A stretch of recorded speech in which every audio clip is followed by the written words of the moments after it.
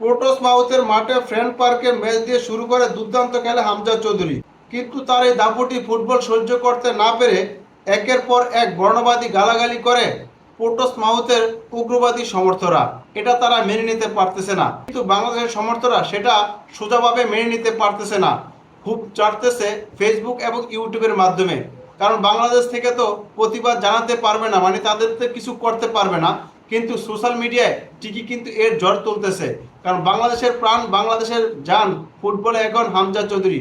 আর বাংলাদেশের প্লেয়ারকে কেউ নিয়ে এভাবে কথা বলবে, গালাগালি করবে, বর্ণবাদী করবে, আর সেটা বাংলাদেশের মানুষ মেনে নেবে, এটা তো কখনই হতে পারে না। কারণ বাঙালিরা প্রতিবাদ করতে জানে, হয়তোবা তারা সেখানে গিয়ে প্রতিবাদ জানাতে পারবে না, কিন্তু তাদের হাতে যেটাই আছে, যেই অস্ত্রটাই আছে না কেন, সেটা কিন্তু তারা ব্যবহার করতেছে, মানে ফেসবুক এবং ইউটিউবে এর ঝড় তুলতেছে। লেস্টার সিটির দর্শকেরা কিন্তু এই দলটার উপর মানে খুশি না, মানে এই দলটার উপর রেগে গেছে। তারপরেও কিন্তু হামজা চৌধুরীকে নিয়ে এ ধরনের টল করবে না, মানে এ ধরনের বর্ণবাদী করবে না, সেটা কিন্তু অবলীলায় বলা যায়। কারণ এই দলটা এখন মানে দ্বিতীয় স্তরের খেলা খেলতেছে। যেই অবস্থায় এখন আছে এই দলটা কিন্তু আর মাত্র একটা ম্যাচ আছে 14 তারিখে। এই ম্যাচ দিয়ে কিন্তু তারা উপরে উঠতে পারবে না, মানে তৃতীয় স্তরে চলে যাবে। তাই লেস্টার সিটির দর্শকেরা কিন্তু ক্ষিপ্ত এই লেস্টার সিটির উপরে, কিন্তু তারা হামজা চৌধুরীকে নিয়ে এ ধরনের মন্তব্য করবে, মানে এই ধরনের বর্ণবাদী করবে, এটা হতে পারে না। কিন্তু দর্শকেরা এরকমটা করতে পারে, কিন্তু দর্শকদের তো কিছু বলার নেই। এটা করছে পোর্টসমাউথের সমর্থক দর্শকেরা, তাদের ঘরের মাঠে ছিল, তাদের দর্শকরা এই ধরনের কাজ করে। যখন হামজা চৌধুরী 71 মিনিটের মাথায় মাঠ থেকে বের হয়ে যায়, তখনই কিন্তু এই অনাকাঙ্ক্ষিত ঘটনাটা ঘটতে দেখা গেছে সরাসরি।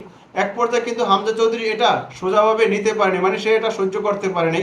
কারণ আমরা বাংলাদেশি ফ্রেন্ড হিসাবে কিন্তু আমাদের কলেজে লাগে, হামজা চৌধুরীকে নিয়ে এভাবে কেউ কথা বলবে, হামজা চৌধুরীকে নিয়ে এরকম করবে, সেটা আমরা সহ্য করতে পারি না।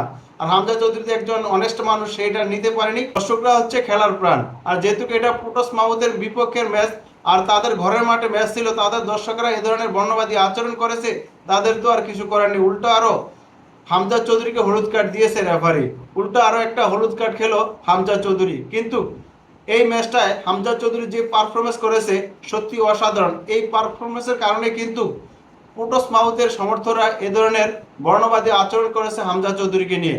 কিন্তু এটা কখনোই আমরা মেনে নিতে পারতেছি না, বা এটা মেনে নিতে পারতেছি না যে হামজা চৌধুরীর সাথে এরকম বর্ণবাদী আচরণ করবে।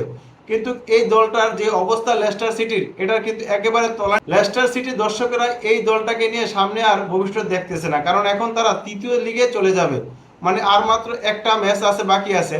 এখন দেখেন এখানে 24টা দলের মধ্যে লেস্টার সিটির অবস্থান 23 নাম্বার। তো বুঝাই যাচ্ছে এই দলটার কি অবস্থা। আমাদের হামজা চৌধুরীকে কেন বর্ণবাদী শিকার হতে হবে, এটা আমরা মেনে নিতে পারতেছি না। এটা মেনে নেওয়া মোটেই সম্ভব না। হামজা চৌধুরীকে এভাবে কেউ বর্ণবাদী করবে আর সেটা আমরা সহ্য করে নেব, সেটা আমাদের কলেজায় লাগবে না, সেটা তো হতে পারে না। কারণ বাংলাদেশের প্রাণ, বাংলাদেশের জান এখন বর্তমানে ফুটবলকে ওনার করে বাংলাদেশের হামজা চৌধুরী। হামজা চৌধুরী আছে বিদায় কিন্তু বাংলাদেশের ফুটবল প্রাণ ফিরে পেয়েছে, এটা সবাই জানে। এই জন্য বাংলাদেশের সকল দর্শকরা মানে খুব জারছে, একবারে এক প্রকারে খুব ঝাড়ে দিয়েছে, মানে সোশ্যাল মিডিয়ায় জ্বর তুলে দিয়েছে। তবে খুবই ভালো লাগছে বাংলাদেশের এই দর্শকদের খুব যারা দেখে। এরকমটাই হওয়া উচিত যে আমরা আমাদের বাংলাদেশের হামজা চৌধুরীকে কেউ নিয়ে কটূক্তি করবে, কথা বলবে, বর্ণবাদী করবে, আর সেটা আমরা মুখ সহ্য করব, এটা হতে পারে না।